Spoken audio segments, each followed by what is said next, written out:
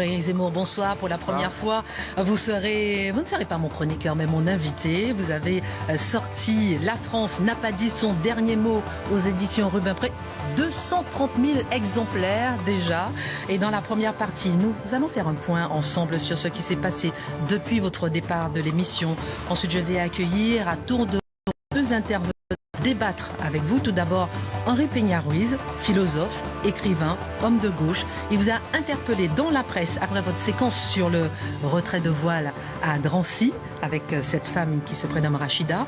On va dire, la laïcité est-elle un cadre juridique ou un socle identitaire? La laïcité est-elle une arme identitaire? On en parlera. Et puis dans la troisième partie, quel projet économique faut-il pour la France? Je vais accueillir Denis Oliven, dirigeant, chef d'entreprise, écrivain, homme de gauche, européiste, libre-échangiste. Quelle part du libre-échange dans la désindustrialisation?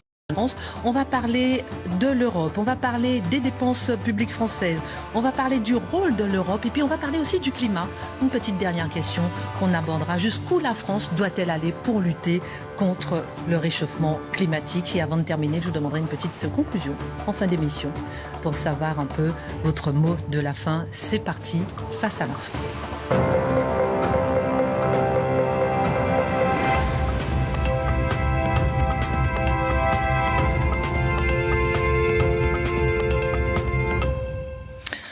Éric Zemmour, vous étiez à cette place, éditorialiste, journaliste. Maintenant, vous êtes passé de l'autre côté, vous êtes devenu un homme engagé. Qu'est-ce qui a changé entre le Éric Zemmour, éditorialiste, journaliste, qui était avant dans Face à l'info, et celui que je reçois ce soir? Pour moi, rien. Je veux dire par là que moi, je tiens toujours le même discours. Je dis toujours les mêmes choses. Je fais toujours la même analyse de la situation du pays et je fais toujours le même diagnostic qui entraîne évidemment une certaine politique. Mais ce qui est vrai, ce qui a changé, c'est le regard des autres. Le regard des médias, le regard du public, le regard des téléspectateurs quand je passe dans des émissions de télévision, le regard des politiques. Tous ces regards qui ont changé, le regard des sondeurs. Évidemment, quand on passe en un mois de 5% à 17%, ils sont là à la fois ébahis, admiratifs et en même temps agacés. Donc vous voyez, il y a tout ça qui a changé. Oui, les gens ne me regardent plus de la même façon. Vous, chez vous, rien? Non mais je veux dire par là, quand je dis rien, je ne parle pas de psychologique. On va parler de psychologique si vous voulez. Je parle du fond des idées. Vous m'avez écouté pendant 2 ans. Franchement, je ne crois pas avoir dit de choses différentes depuis que j'ai quitté l'émission. Simplement, je les ai dit dans un autre contexte, à travers la promotion du livre, à travers des conférences que je faisais dans des salles. Et l'ambiance était différente, il faut être honnête. C'est-à-dire que l'ambiance dans les salles, j'ai déjà fait des conférences depuis des années, j'ai eu d'autres livres.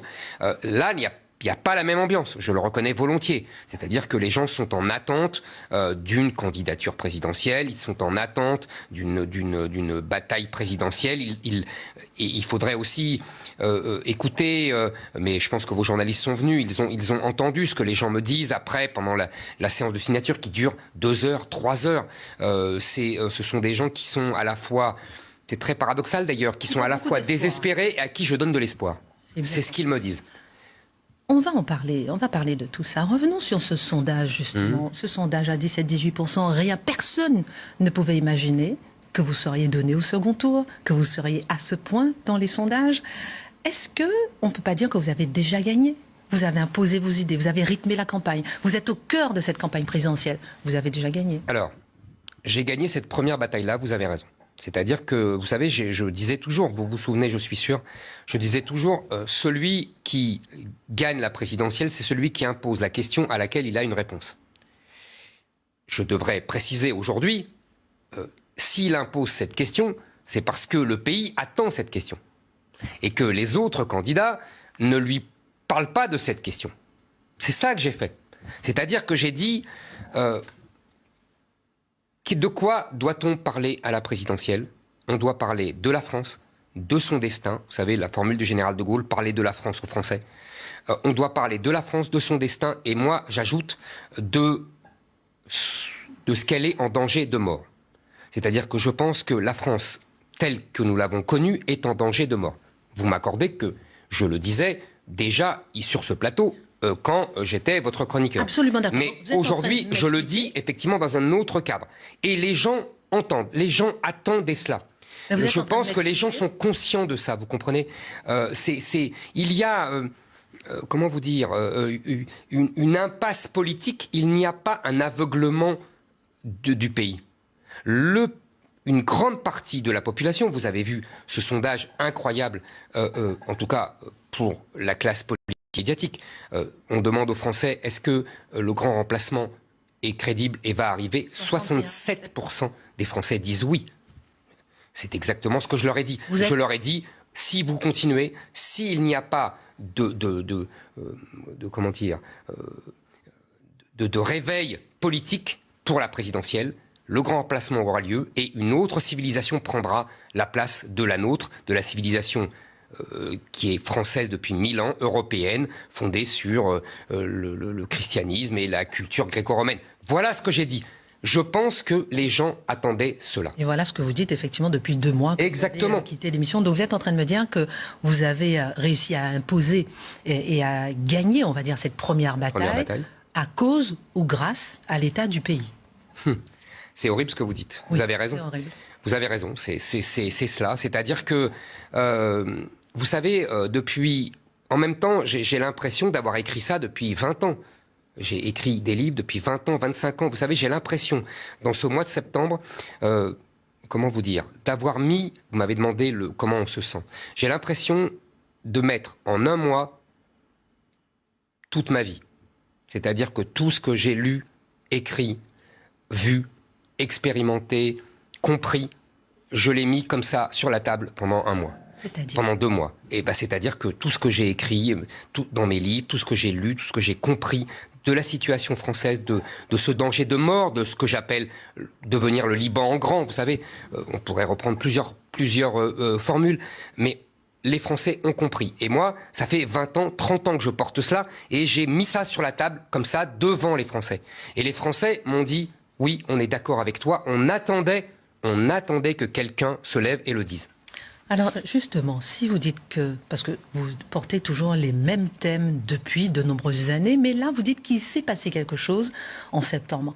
Pourquoi? Aussi à cause des médias. Alors j'ai des questions à vous poser à propos des médias, parce que souvenez-vous, Éric Zemmour, on vous reprochait, on voulait vous faire taire, on a fait des émissions, on entendait les manifestants derrière, pendant qu'on faisait les premières émissions, on voulait vous faire taire. Pendant 2 ans, tous les médias se sont bagarrés pour vous faire taire, Éric Zemmour. Vous avez parlé pendant 2 ans sur CNews, et maintenant je vous vois sur tous les médias. Il n'y a pas une chaîne qui vous a pas reçu. Ça vous fait sourire. Pas un média, pas une émission ne vous a reçu. Est-ce que ils étaient hypocrites, ou bien est-ce que vous êtes en train de tomber dans le piège qu'ils vous tendent? Bon, moi je ne crois pas tomber dans un piège. Ils n'étaient pas hypocrites. Simplement, ils étaient furieux que... nous fassions une audience aussi formidable. C'était de la jalousie professionnelle, même avant. Donc c'est de la jalousie professionnelle. Moi, si vous voulez, je pense que on pourrait épiloguer longtemps sur les médias, mais je vais aller vite.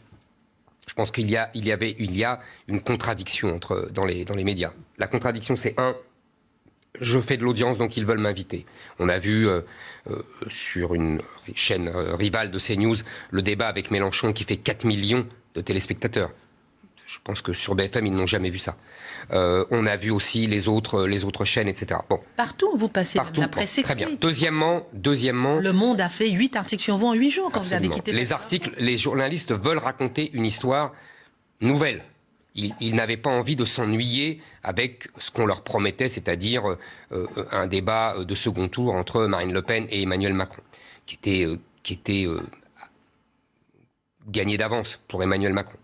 Donc, ils n'avaient pas envie de s'embêter. Et en même temps, c'est là où leur contradiction, globalement, les journalistes me détestent, non pas personnellement, je pense, mais idéologiquement. Et ils veulent absolument me faire rendre gorge politique. Et ils sont prêts à tout. Je vois tous les soirs, il y a des documentaires sur moi, à charge évidemment, et qui sortent sur toutes les chaînes, etc. Bon, tout dans les journaux, vous avez raison, Le Monde fait des articles pour me dire à quel point je suis un danger pour la démocratie. Je pense que cette contradiction médiatique est aussi une des causes de ce mois de septembre et d'octobre. On a l'impression que c'est pour mieux vous embrasser, pour mieux vous étouffer. Je dirais même que, est-ce qu'on n'est pas tombé dans... Est-ce qu'on n'est pas devenu un peu dans le système? Avant, vous étiez hors système, toujours sur les médias. Et maintenant, est-ce que vous n'êtes pas justement... Vous ne jouez pas le rôle de celui qui va être le candidat face à Macron, celui qui va permettre à Emmanuel Macron de gagner? C'est ce que dit tout le monde. Est-ce que vous n'êtes pas en train de tomber dans ce jeu qui est en train de forger la victoire d'Emmanuel Macron? En fait, vous savez... La victoire d'Emmanuel Macron était programmée avant que je ne rentre dans ce jeu comme un chien dans un jeu de quilles. La victoire d'Emmanuel Macron, elle était programmée parce que tout simplement pour deux raisons simples. Marine Le Pen était promise à un second tour. Je vous rappelle qu'elle faisait 28% avant les vacances d'été. Bon. Et tout le monde savait qu'elle allait perdre. On se souvenait de son débat calamiteux de 2017, même ses électeurs s'en souvenaient, même ses électeurs avaient été humiliés par cette prestation. Et Emmanuel Macron l'attendait serein. Il savait qu'il allait gagner, Marine Le Pen se doutait qu'elle allait perdre, et le candidat de LR, quel qu'il soit, Xavier Bertrand, Valérie Pécresse, on ne parlait pas de Barnier à l'époque, peu importe, quel que soit le candidat, était incapable d'être qualifié pour le second tour, très loin des 28% de Marine Le Pen. Quand on parle de ça, quand on parle de la victoire d'Emmanuel Macron, que je favoriserais, soi-disant, il faut se souvenir de là où on vient. Si je n'étais pas rentré, encore une fois, dans ce schéma, si on ne calculait pas mes intentions de vote dans des sondages, c'était ça le programme annoncé pour avril et mai prochains. Il ne faudrait quand même pas l'oublier. Donc, si vous voulez, c'est pas moi, ça. Ça, c'est sans moi. Emmanuel Macron avait gagné d'avance. D'ailleurs, vous avez qu'à lire les papiers sur les Macroniens. Je lisais les papiers sur les Macroniens qui vont interroger les proches d'Emmanuel Macron. Ils savent très bien, eux, la vérité. Ils savent très bien que j'ai mis une dose d'incertitude. Mais vous n'êtes pas tombé dans le système, pour vous. Mais vous savez, moi, je pense que... on tombe dans le système si on parle comme le système. On ne tombe pas dans le système si on ne parle pas comme le système. Alors justement, là, et moi, je ne parle pas comme le système. C'est pour cela d'ailleurs qu'il me le fait payer très cher. On a bien remarqué. Moi, j'ai remarqué justement, je vais vous faire mes petites remarques depuis que vous êtes parti, si vous permettez. Mais je vous en prie. Parce que j'ai l'impression que vous êtes passé, lorsque je vous regarde un peu comme ça dans les médias, vous êtes passé de l'argumentation à la petite phrase, à la petite image. On va regarder une petite image. Je vous avais dit que vous êtes rentré comme un chien dans un jeu de quilles. Regardons. Quelques secondes.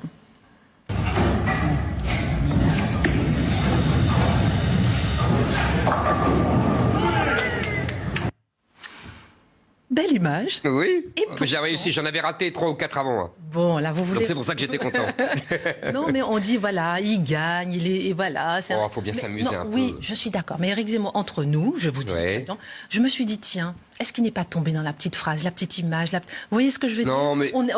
Moi, j'ai vu l'habitude d'avoir Éric Zemmour dans l'argumentation, dans le combat, dans le débat. Ma chère et là, excusez-moi, bravo pour le bullying quand même, le strike quand même. Vous voyez ce que je veux dire? Oui, bien sûr. Mais attendez, je revendique le droit aussi à la plaisanterie, à la gaminerie.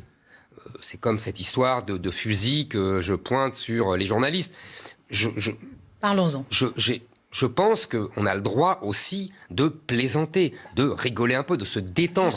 Vous savez, c'est pas facile. Je vais de ville en ville, je fais des discours, je réponds aux journalistes qui me posent 10 000 questions. Je reste, je crois, tout le temps dans l'argumentaire, même quand je réponds à tous les journalistes. Donc, je m'autorise, oui, une détente, une plaisanterie. Voilà, c'est un clin d'œil. C'est pas le fond de l'affaire. Je crois que personne n'est dupe. Personne n'est dupe, mais ce sont des images qui restent, comme l'image justement de Milly Paul. Pendant qu'on parle justement, lorsque vous avez pointé cette arme sur les journalistes, est-ce que c'est pas de la naïveté politique? Je reviens, Éric Zemmour, sur cette image parce que ce n'est pas l'image qu'on a en général de vous. Avant, justement, ces 2 mois qui se sont écoulés. Mais vous savez, je vous le répète, je plaide le droit à la plaisanterie. Il n'y a pas de limite à la plaisanterie? Je sais pas. Non, mais lorsque vous êtes un engagé politique, il n'y a pas de limite à la plaisanterie? Je ne pense pas, moi. Mais comme quoi, vous savez, peut-être que je sous-estime, et je l'apprends au fur et à mesure, à quel point, grâce à ce que vous avez dit, c'est-à-dire les sondages, etc., à quel point maintenant chacun de mes gestes, chacun de mes mots est l'objet d'un examen sourcilleux et d'attaques systématiques. C'est vrai que je le découvre. Maintenant, voilà, il faut l'accepter. Je pense que vous savez que les Français ne sont pas dupes. C'est-à-dire que je pense qu'ils savent très bien distinguer la blague même potache, même de mauvais goût. À la limite, je vous l'accorde. Même la blague de mauvais goût, avec l'argumentation, le sérieux, le discours sur la France dont je vous parlais tout à l'heure. Il y a l'écume et il y a le fond. Je pense que les gens, contrairement aux médias, les médias, vous savez, c'est un Moloch médiatique. J'ai retrouvé cette formule-là, vous allez rire, elle est d'Emmanuel Macron en 2016. Il dit « il faut alimenter le Moloch médiatique ». Il a raison. Le Moloch médiatique tente de vous dévorer. Donc, vous voyez, c'est ce que je vous disais tout à l'heure. Est-ce que vous n'êtes pas en train de dévorer? Où est l'argumentation? Je pense, par exemple... Mais l'argumentation est tout le temps là, Christine. Écoutez mes discours, écoutez mes réponses aux journalistes. J'argumente et je ne lâche pas un argument, je vous assure. Mais vous le savez très bien. Donc, c'est vrai qu'il y a ces images. C'est vrai que c'est des instants de détente. On est des êtres humains. Je ne suis pas tout le temps dans le tragique de l'histoire. J'ai le droit aussi de me détendre en jouant au bowling. Pas dit que je n'avais pas le droit de détendre. Bon. Je me dis, est-ce qu'il n'y a pas une limite à la détente? Ça, c'est ma question. Et Éric Zemmour, par exemple, lorsque vous dites vous avez le droit de vous détendre, par exemple, lorsque vous dites Marlène Schiappa, c'est une imbécile, pour vous, là non plus, vous n'avez pas été trop loin? Non. D'accord. Je vais vous dire, j'assume toujours. Vous savez très bien que j'assume toujours mes propos. Et en plus là, en plus là, franchement. C'est Marlène Schiappa qui a lancé la Lali contre moi pour cette image de fusil, pour cette blague de fusil pointé. C'est pas elle qui est sur la liste pour être éventuellement candidate à la présidentielle? Non, pas du tout. Vous, oui. Mais sa réflexion était imbécile, je le maintiens. Elle montait sur ses grands chevaux en disant que je menaçais la liberté de la presse et tout. C'était imbécile, voilà. Vous n'hystérisez pas le débat, comme le dit par exemple la gauche? Regarde. La gauche et tous vos ennemis. Je peux citer? Je vous en prie. Arnaud Montebourg. Il estime que vous n'avez qu'un seul programme, les Arabes à la mer. Il faut faire taire Zemmour. Yannick Jadot. Zemmour, ce petit collabo de salon qui se prend pour un résistant, même pas en rêve. Fabien Roussel, qui veut vous rendre inéligible tous ceux qui ont été condamnés pour incitation à la haine. Ou bien Anne Hidalgo, ou bien encore Olivier Véran, qui vous qualifie d'aventurier, du repli, du rejet, du racisme. Vous n'hystérisez pas le débat? Là, en l'occurrence, ce n'est pas moi. Je suis d'accord, mais est-ce que ce ne sont pas des réactions à votre... Absolument.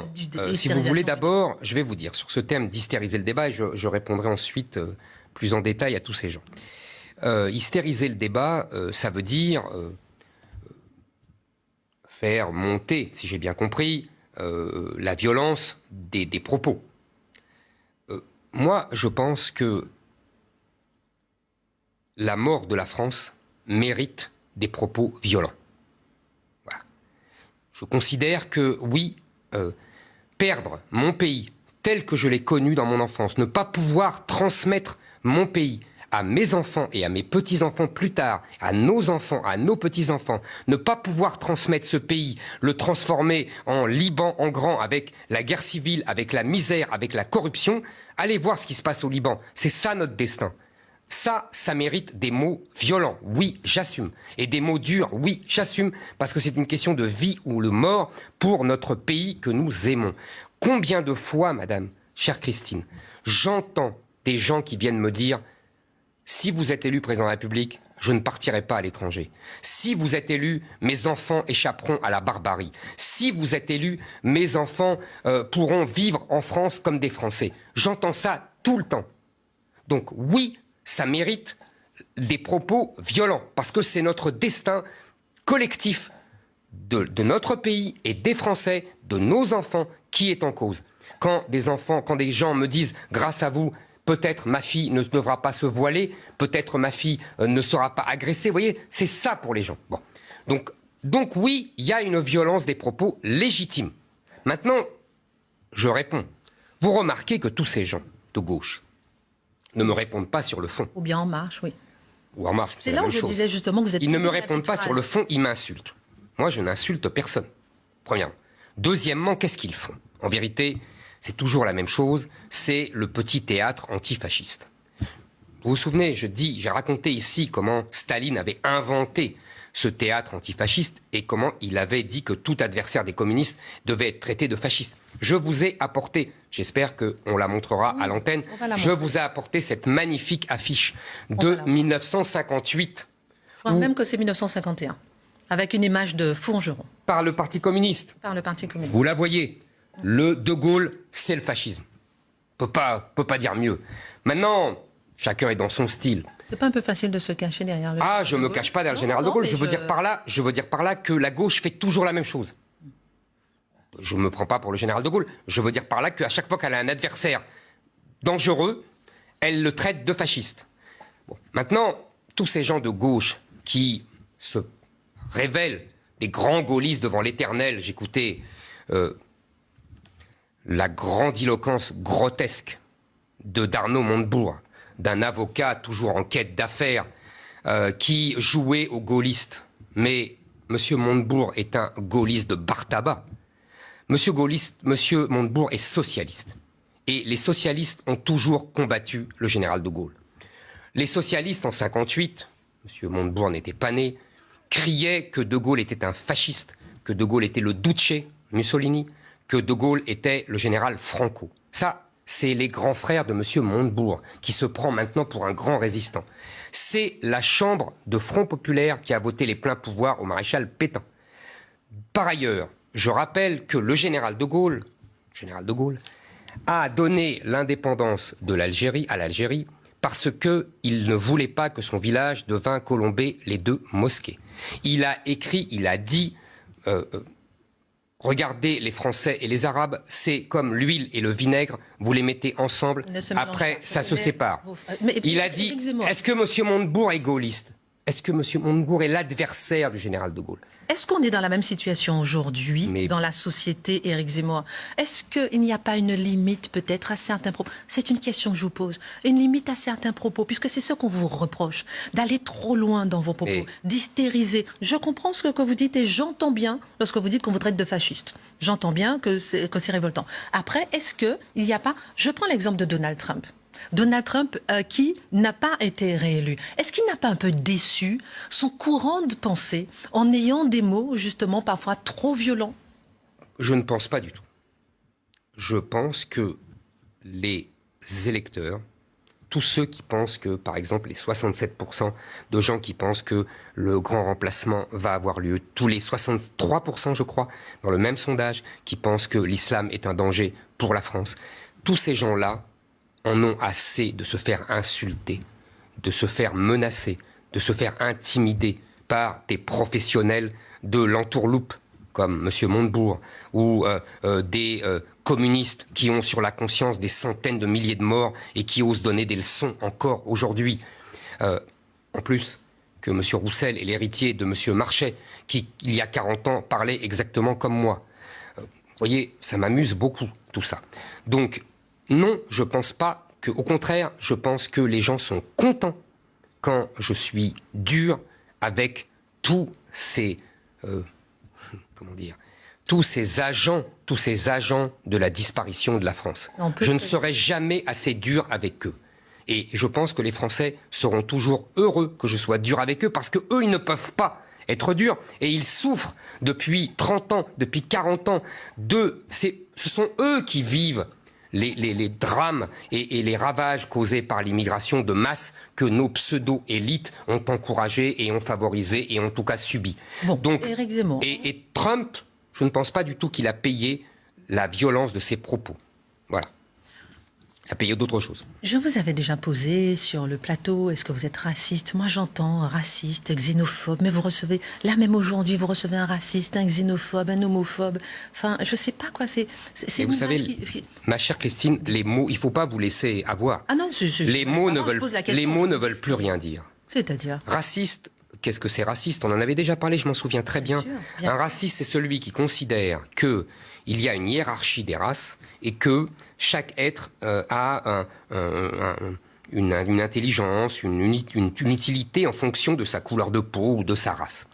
Je rappelle d'ailleurs que le concept de race est au départ un concept scientifiques ou pseudo-scientifiques, de militants de gauche progressistes au XIXe siècle qui veulent détruire l'image universelle du catholicisme. Vous savez, nous sommes tous fils d'Adam et Ève. Faut pas oublier ça. Donc vous vous défendez d'être... Et donc, moi, je ne pense pas qu'on soit supérieur parce qu'on est blanc, noir, jaune, etc. Donc je ne suis pas raciste. Et je dirais autre chose.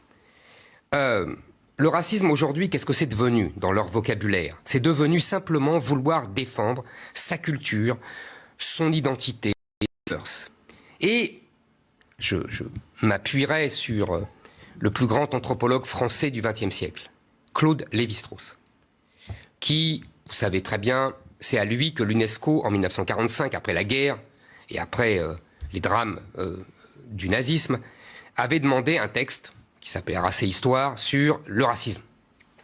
Et dans un autre texte, M. Lévi-Strauss, quelques années plus tard, disait... D'Anthropique ? D'Anthropique, et dans un autre texte aussi qu'il avait fait pour l'UNESCO, que le racisme, c'était uniquement ce que j'ai dit. C'était mesurer les crânes, c'était regarder la taille des yeux, etc. Mais que on avait, chaque culture, je cite M. Lévi-Strauss, chaque culture avait le droit de rester sourde aux valeurs de l'autre. Chaque culture a le droit de défendre sa spécificité, ses mœurs, son identité. Ce n'est pas du racisme, ça. C'est au contraire pour le bien de l'humanité, pour le respect de la diversité dont on nous rebat les oreilles tout le temps. Eh bien, si vous voulez, la diversité humaine, c'est aussi que la France reste la France, parce que c'est comme ça qu'elle apporte au monde. C'est pas en devenant un 51e État islamique. Non, en restant la France, elle apporte au monde beaucoup plus.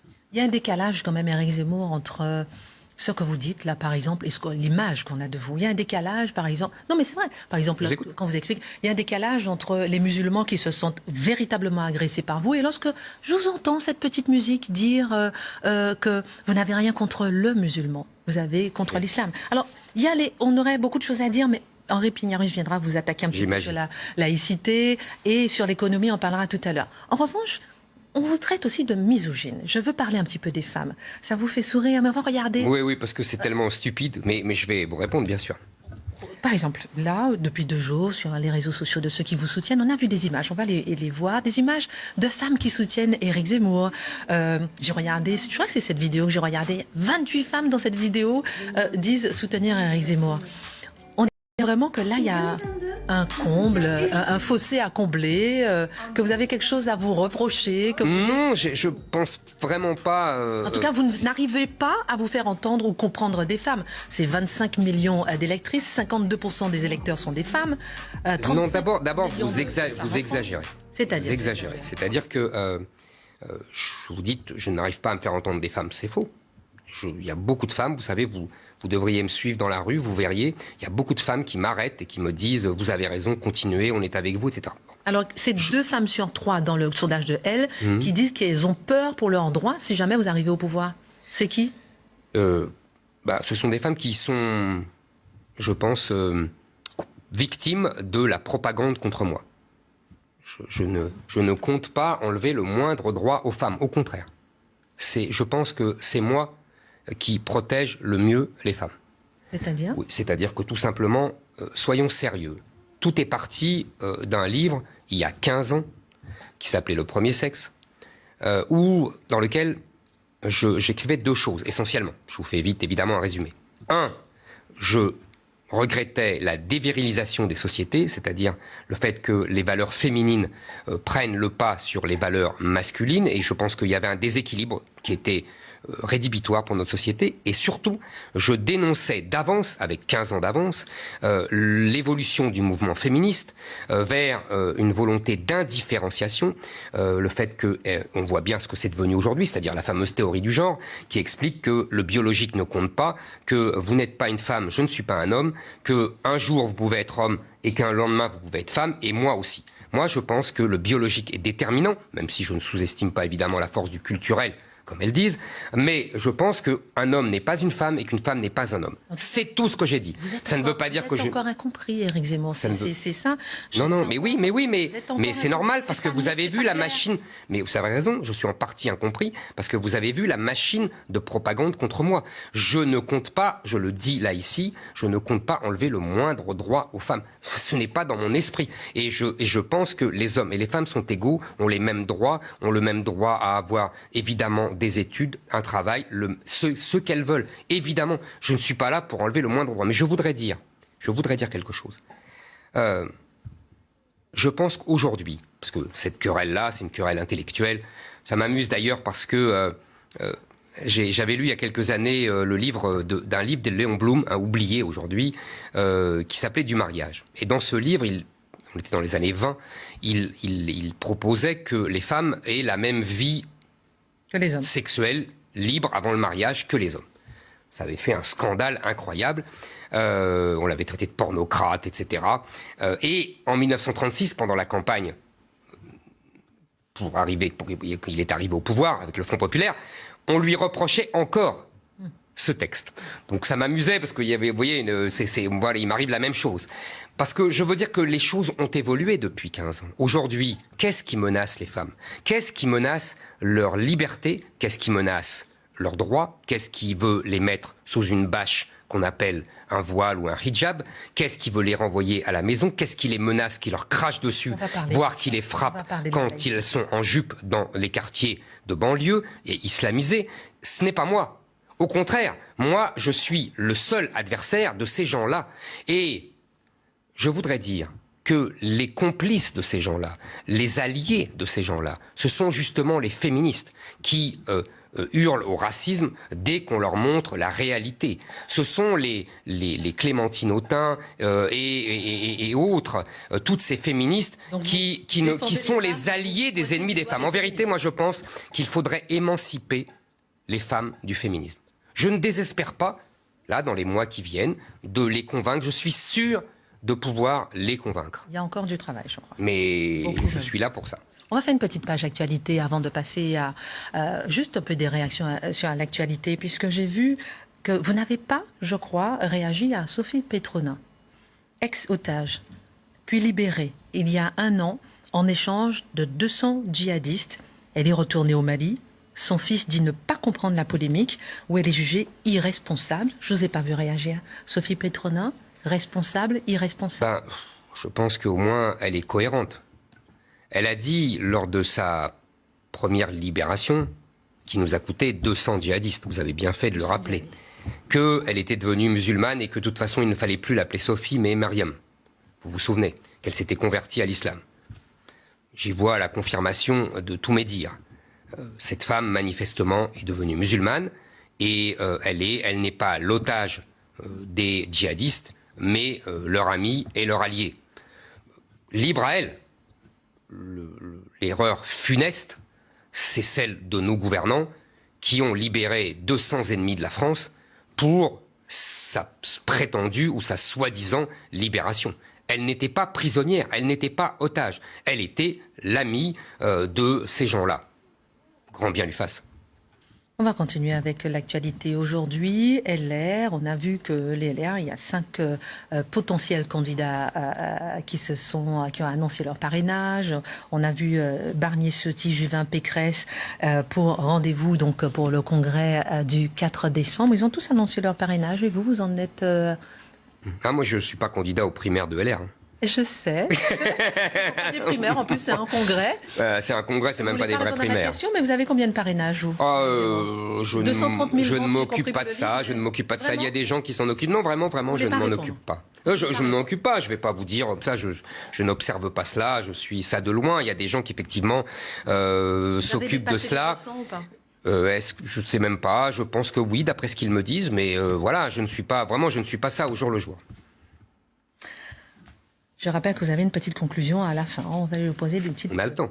On a le temps. Et puis, un dernier mot, peut-être deux questions encore sur l'actualité. Votre stratégie de taper sur le Rassemblement national, alors que vous prenez l'union des droites, est-ce que certains disent qu'on ne comprend pas de cette stratégie, Alors que, par exemple, le Rassemblement national, ils étaient les premiers à vous défendre pour la liberté d'expression, lorsque vous ne parliez pas, lorsqu'on voulait vous faire taire. Et on ne comprend pas, on a l'impression que c'est une petite trahison. Ah. Vous allez arriver à faire l'union des droites avec Je pense d'abord que, oui, certains du Front National m'ont défendu pour défendre ma liberté d'expression, c'est vrai. Ils n'étaient pas les seuls d'ailleurs. Il y a beaucoup de gens qui m'ont défendu à ce propos. Il y a beaucoup de gens qui sont venus témoigner à mes procès et qui n'étaient pas du Front National. Mais je voudrais dire deuxièmement que moi, j'aime les gens du Front National, les militants, les électeurs évidemment, mais les militants. Ce sont eux qui, en partie, regardaient cette émission. Ce sont eux qui achètent mes livres. Ce sont eux qui viennent dans mes conférences. Ce sont eux qui m'aiment. Et moi, je leur rends cet amour. Je pense qu'ils ont... Vous savez, ça n'a pas été facile pour eux depuis 20 ans, depuis 30 ans, depuis 40 ans. Ils ont été ostracisés, virés de leur boulot parfois. Ils étaient obligés de se cacher, comme si c'était des pestiférés, uniquement parce qu'ils voulaient défendre la France. Maintenant, c'est l'extrême droite décomplexée ? Non, je vous dis, ces gens-là, moi, je les aime et je les défends. Et c'est justement pour cela que je fais ce que je fais. Si vous voulez bien comprendre la situation politique, le Front National est à la fois la victime et l'acteur d'un piège mortel tendu par Mitterrand il y a 40 ans et qui a fait des idées nationales patriotiques l'exclusivité, le monopole de ce parti pour mieux l'enfermer dans un statut de paria. Et vous voulez les libérer ? Exactement. Vous allez y arriver ? Que Dieu vous entende. Mais c'est ça mon objectif. C'est les libérer pour leur donner enfin la possibilité de défendre leur pays efficacement. C'est tout le drame, malheureusement, du Front National. Donc effectivement, oui, il faut rassembler tous ces gens. Il faut rassembler les gens de LR, les gens de la droite qui ne se reconnaissent plus dans leurs candidats. Vous avez cité des candidats. Il y a par exemple mon ami Ciotti qui est très proche de moi. Mais il y a les trois favoris. Ce n'est pas du tout faire injure à Éric Ciotti. Les trois favoris, il y a M. Juvin. Les trois favoris sont évidemment Barnier, Pécresse et Bertrand. Les trois, ce sont les mêmes. Ce sont des candidats centristes. Ils font campagne pour le congrès de LR, mais en fait, ils font campagne pour être le Premier ministre de Macron. Si vous voulez, ce sont exactement les mêmes. Je pourrais détailler, on n'aura pas le temps. Je ne sais pas si Xavier Bertrand, il est si centriste que ça. Lorsque Xavier Bertrand, vous savez à qui... Regarde, Éric Zemmour, sa conférence de presse. Non mais attendez. Dites-moi. Ne soyez pas dupes. Je suis sûr que les électeurs et les militants de LR ne le sauront pas. Là, depuis un mois, ils tiennent un discours complètement différent. C'est ça. De ce qu'ils sont et de ce qu'ils ont fait pendant 20 ans, 30 ans. Monsieur Xavier Bertrand a quitté LR parce qu'il trouvait que la ligne conduite par Laurent Wauquiez était trop à droite. Là, il a fait une conférence de presse aujourd'hui sur l'immigration. Il a dit qu'il va faire un référendum sur l'immigration à l'automne 2022. Il a dit qu'il y a triple frontière, qu'il mettra 3 frontières. Oui, mais bien sûr, il va tout inventer là. Et la frontière nationale. Écoutez, votre réaction sur c'est très bien. Je suis ravi. Ils viennent tous parler d'immigration parce que j'en parle. Ils viennent tous parler de cela. Même Monsieur Barnier ose dire que il faut supprimer le regroupement familial et qu'il faut faire une espèce de bouclier constitutionnel contre le droit européen. Monsieur Barnier, commissaire européen pendant des années, qui a défendu l'Europe fédérale. J'ai connu Monsieur Barnier il y a 30 ans dans les réunions du RPR. Il se faisait houspiller, insulter. Donc vous faites bouger les lignes par les gaullistes. Et maintenant il condamne et il brûle tout ce qu'il a adoré pendant 30 ans. Bon, Éric Zemmour, j'aurai encore plein de questions à vous poser, mais on va laisser la place à certains qui ont envie de vous contredire sur la laïcité. On va en parler avec Henri Pérignard-Ruiz qu'on va recevoir dans un instant. Il a fait une tribune dans Marianne, il vous a interpellé en disant que vous salissez la laïcité. On le reçoit tout de suite.